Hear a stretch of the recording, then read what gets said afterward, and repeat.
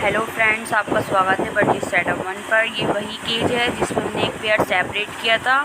ये देखिए, इस केज में हमने 2 मटकियाँ लगाई हैं और देखते हैं इस फीमेल ने अभी भी एग ले नहीं किया। अब हम दूसरी मटकी चेक करेंगे, हो सकता है दूसरी मटकी में इसने एग ले किया हो।